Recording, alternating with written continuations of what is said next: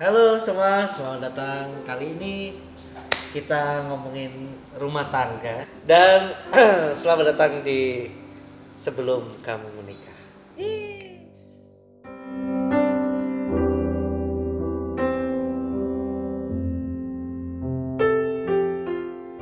Oke, masih bersama saya Bobby Darwin dan Lydia Darwin. kamu masih kaget. Lupa.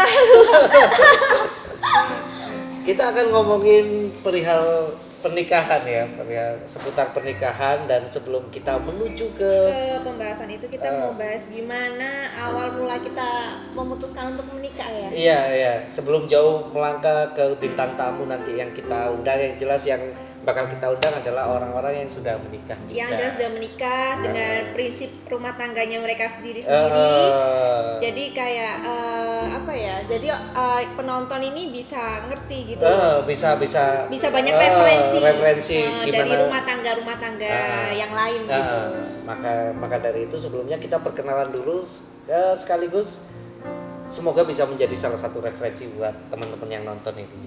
Yang mau menikah atau yang masih ragu, yang masih gimana sih menikah itu gitu. Oke, kita mulai dari sebuah perkenalan dulu. Bagaimana kita bisa ketemu di sore itu? Agak malam sedikit. Tapi jujur teman-teman, kita menikah gara-gara Derin nggak sih? Salah satunya. Iya. Kan kalau awal pertemuan kan kita dari aku nonton kamu stand up.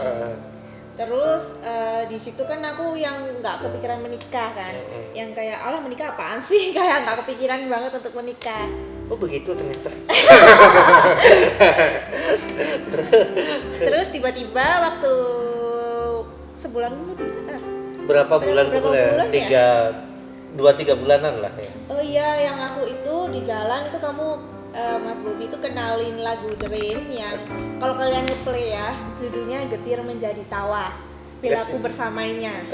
Itu lagu wajib sekali yang harus kalian dengarkan sebelum kalian memutuskan untuk melangkah lebih jauh kayaknya. Karena di situ tuh ada kalimat gini, untuknya aku rela menulis ulang mimpi-mimpi gitu. Dia tuh kayak pas banget itu loh ngasih dengerin lagu itu di saat aku tuh emang nggak kepingin memulai apapun gitu. Jadi pas kamu kasih denger lagu itu pulang itu kayak sebulan gitu aku dengerin, terus kayak lama-lama kayak lulus sendiri gitu. Kayak oh iya sih, apa salahnya menulis ulang mimpi-mimpi gitu. Jadi buat kalian setelah melihat kalian kondisi saya seperti ini, jadi di balik tato Bobby itu ada sesuatu hal yang romantis gitu. Terus awal mula ketemu kita itu dari Twitter sebenarnya, bahkan dari ketidaksinkronan kita ketemu dari sebuah ketidakcocokan.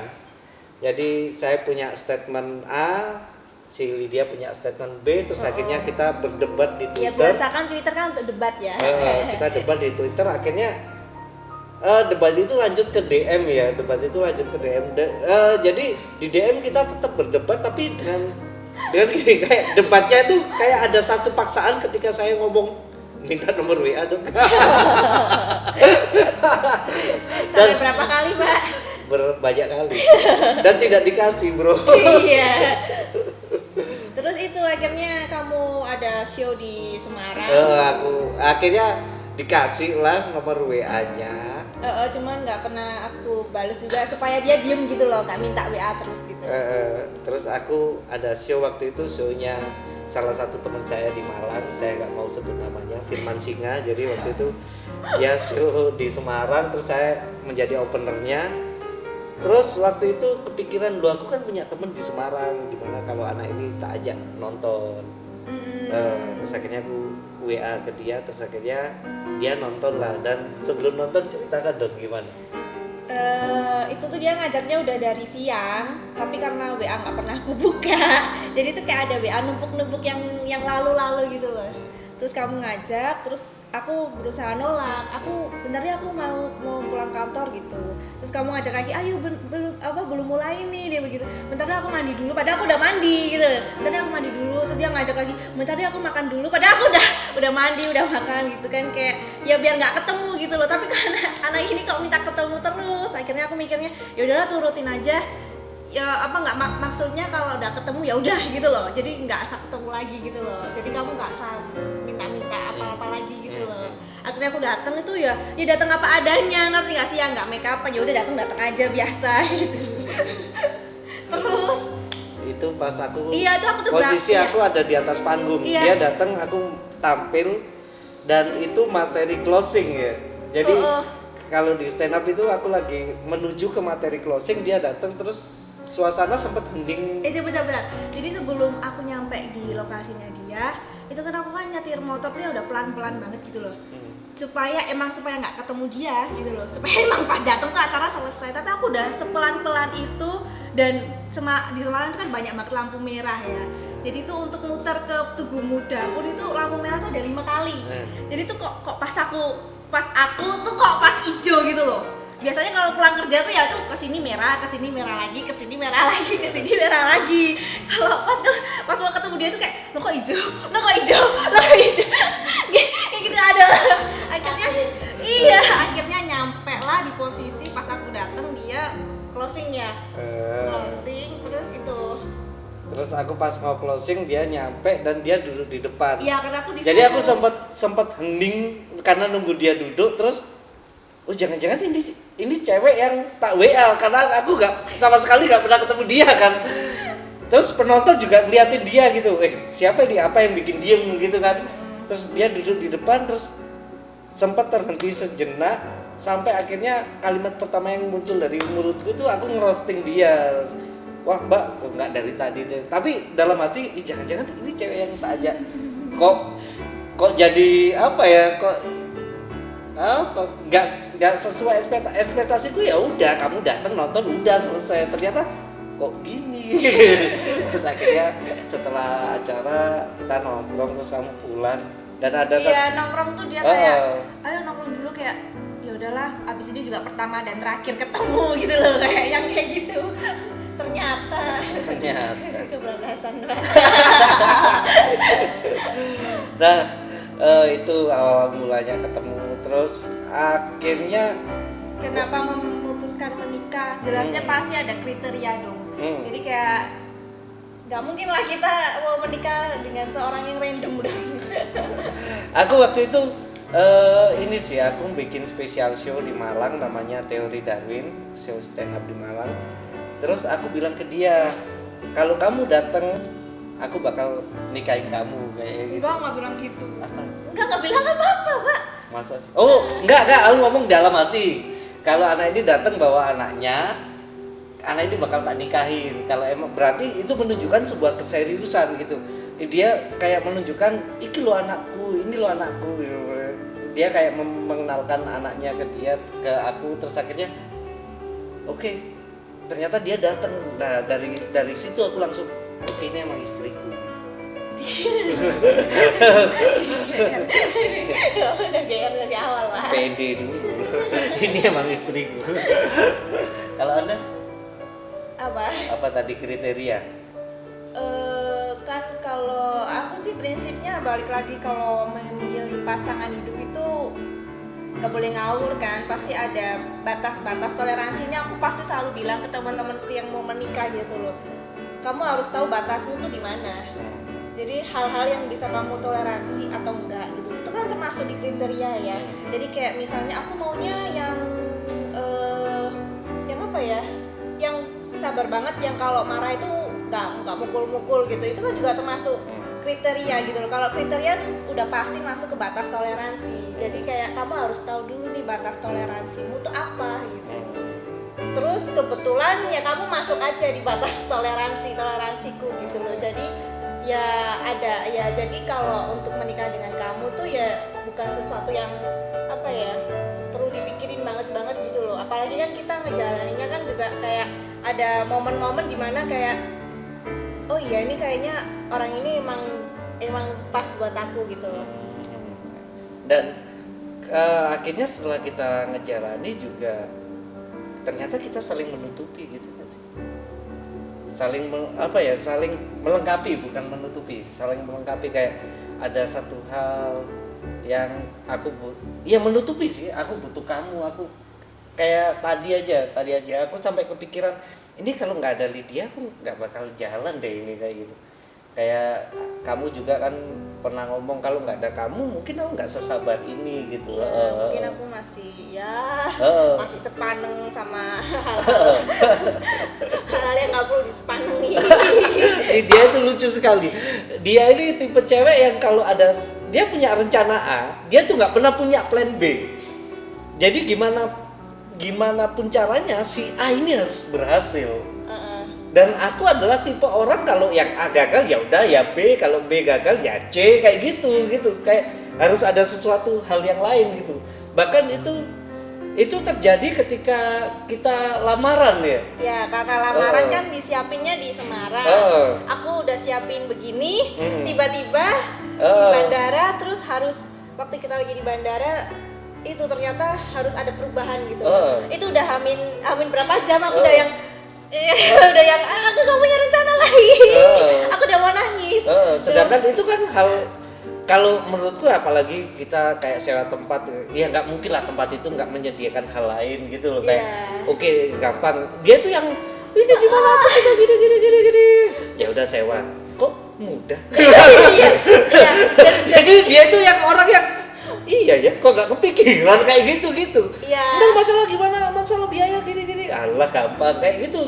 Jadi kayak aku selalu punya plan B ketika dia nggak punya plan B. Gitu. Iya, makanya detik itu aku kayak mikir, oh bener nih berarti emang Bobby aja gitu. Karena aku begini gitu, aku butuh sosok yang kayak kamu gitu. Jadi itu kalian itu kalau memutuskan untuk menikah dengan siapa, kalian harus pikirin gitu loh. Kalian kan lebih mengerti diri kalian sendiri tuh kayak gimana.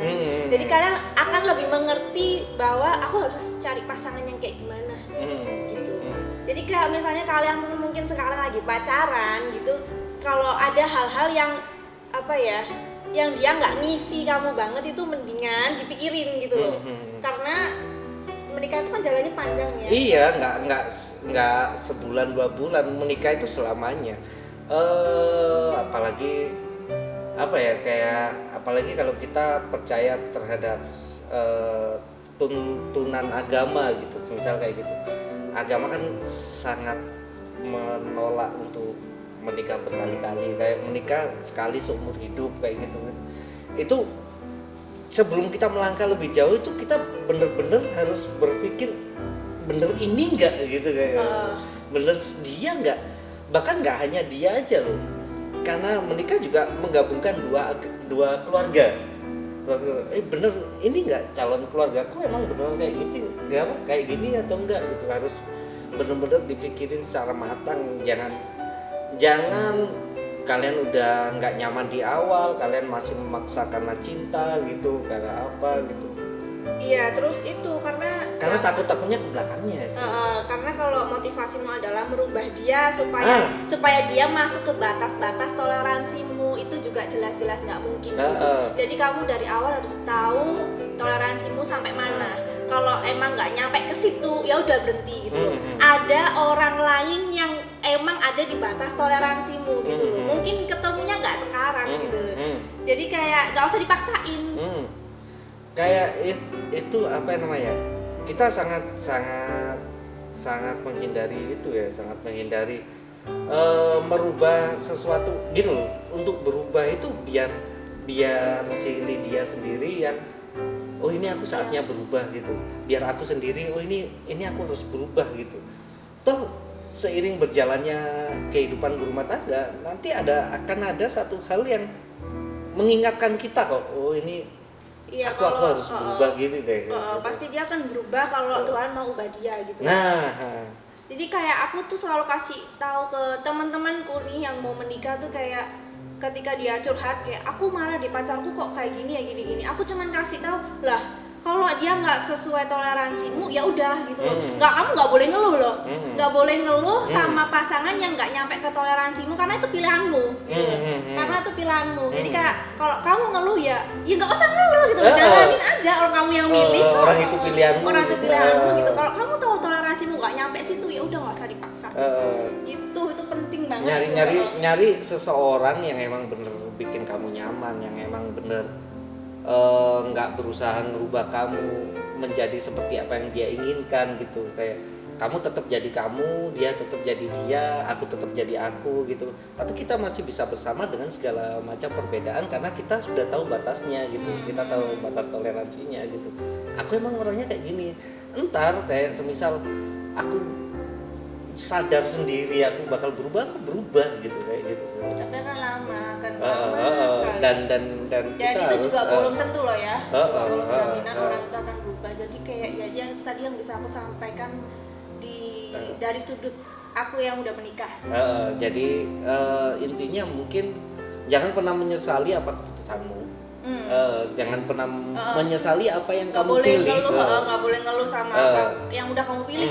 Karena apapun pilihanmu ya emang dia yang menurutmu terbaik buat kamu gitu. Kalau kamu mau ngeluh ya udah tinggalin. Dengan segala risikonya.